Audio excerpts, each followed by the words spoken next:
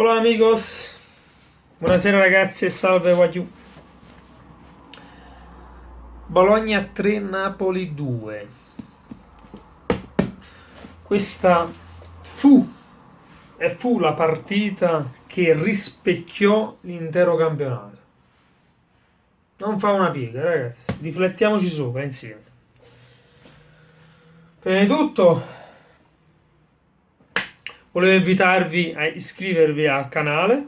Lasciate alla fine del video un like se vi è piaciuto, un dislike se non vi è piaciuto, un commento se avete qualcosa da dire, se no ci vediamo direttamente per il prossimo video che si parlerà un po' di calciomercato, tireremo un po' le somme di questo campionato, come è andata, anche se si è chiuso in una maniera amara,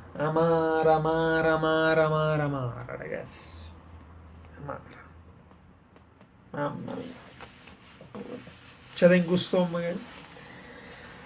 Però io mi domando e dico, o dico e mi domando, poi mi lo domando pure e me lo dico anche. Come cazzo sia possibile?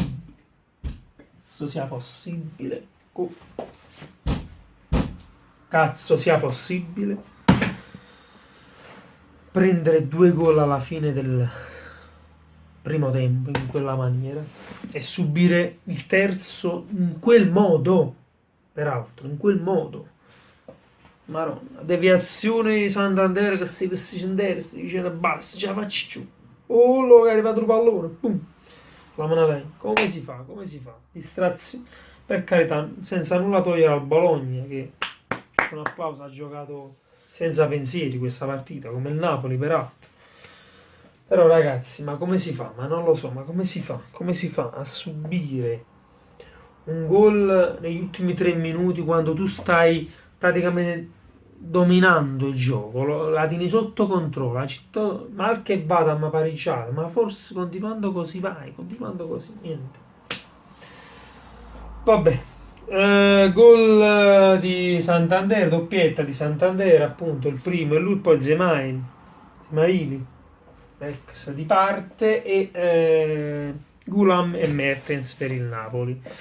C'è da dire che sottolineare le prestazioni negativissime di Lorenzo Insigne e Verdi che è anche uscito insieme a Insigne proprio per dar posto a Mertens e Caglion. Ragazzi, Insigne, allora voglio spendere 2 parole per Insigne.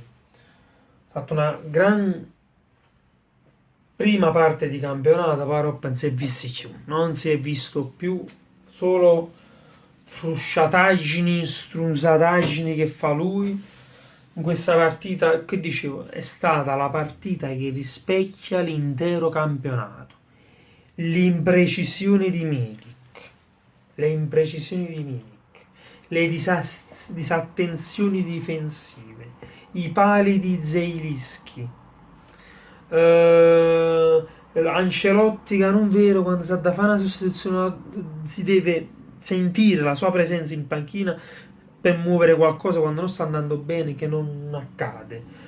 Insigne che fi strunzate, non vira la porta, ma è strunzati, pallone che perde, va bene.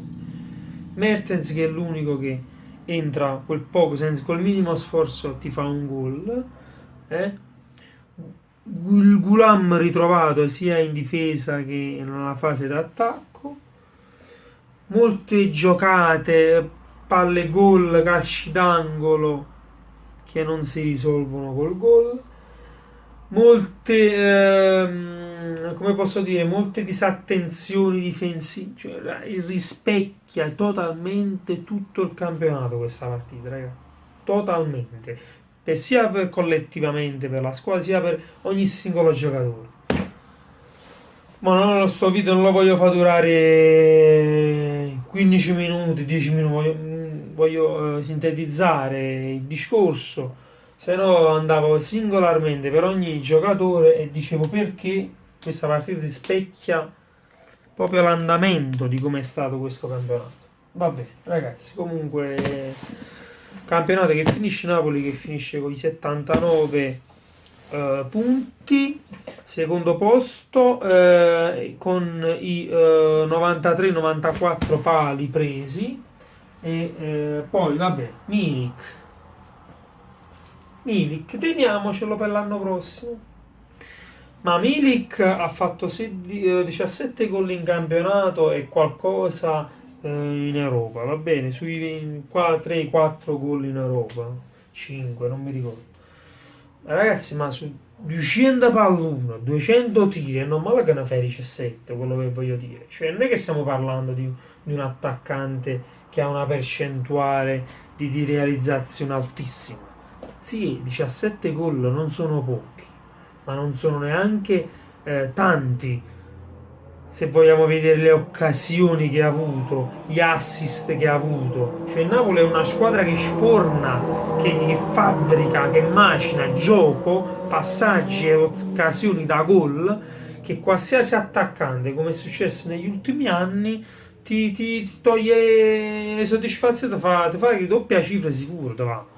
I 15-20 gol te li fa sicuro, ma almeno uno, ma poi ci sta subito, vedi, come quest'anno i Mertens e Insigne che subito dopo che hanno fatto, dico, ma ragazzi, ma ci dimentichiamo il Napoli ha sempre, negli ultimi anni ha sempre avuto un attaccante che è stato, diciamo, nelle prime posizioni come capocannoniere, nelle prime dico, Cioè, mi viene a dire Milik ha fatto 17 gol, sì, ma 17 gol e fa pure magari inglese, con le 200 occasioni che ha avuto, capito quello che mi dico?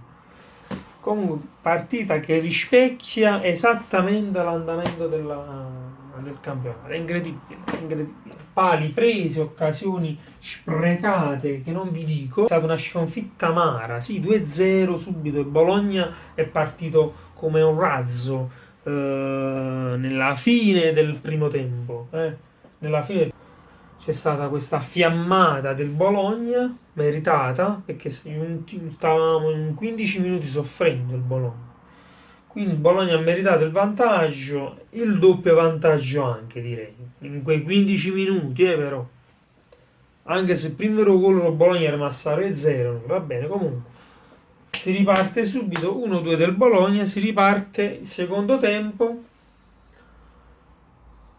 gol di Gula, va bene.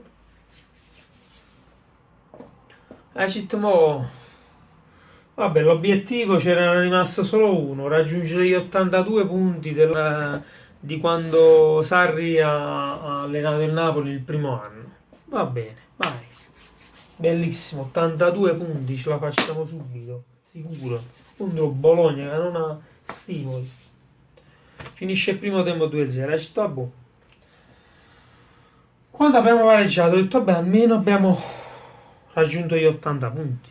Abbiamo raggiunto il muro degli 80 punti. Anche se non lo scavalchiamo, però almeno. Neanche quello, ragazzi, praticamente gli obiettivi di quest'anno ne avessimo azzeccato uno, gli obiettivi di quest'anno, uno solo, un obiettivo, nessuno. Poi gli obiettivi che ci avevamo prestabiliti dall'inizio alla fine sono andati decadendo. Champions League, campionato, Coppa Italia, Europa League. Aspetta. Eguagliamo i punti dell'anno scorso, a forza per l'anno prossimo. Aspetta, eguagliamo i punti di prima annata di Sarri, 82 punti. Il muro degli 80.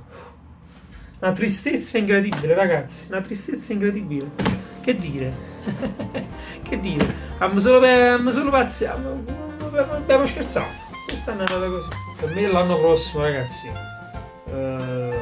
non me ne voglia Insigne, no. Se continua così, sinceramente meglio se no. Cioè, a sto punto, stai guardando senza gemme, senza voglia, aiucata, senza voglia Insigne. Si vedeva stasera proprio, ha avuto 2 o 3 occasioni limpide per almeno per mettere in difficoltà il portiere, e manca che lo fa. O ce la in mano, la tirava fuori, o perdeva la palla. Milik già mi sono espresso, ve l'ho detto, 17 gol sono molti ma neanche tantissimi, perché su 200 occasioni avute Io penso che poteva realizzarne almeno più di 20, almeno fare qualche cazzo di gol importante, un gol importante di peso, quello è che è mancato a Milik. Ci vediamo al prossimo video, un abbraccio forte e sempre Forza Napoli.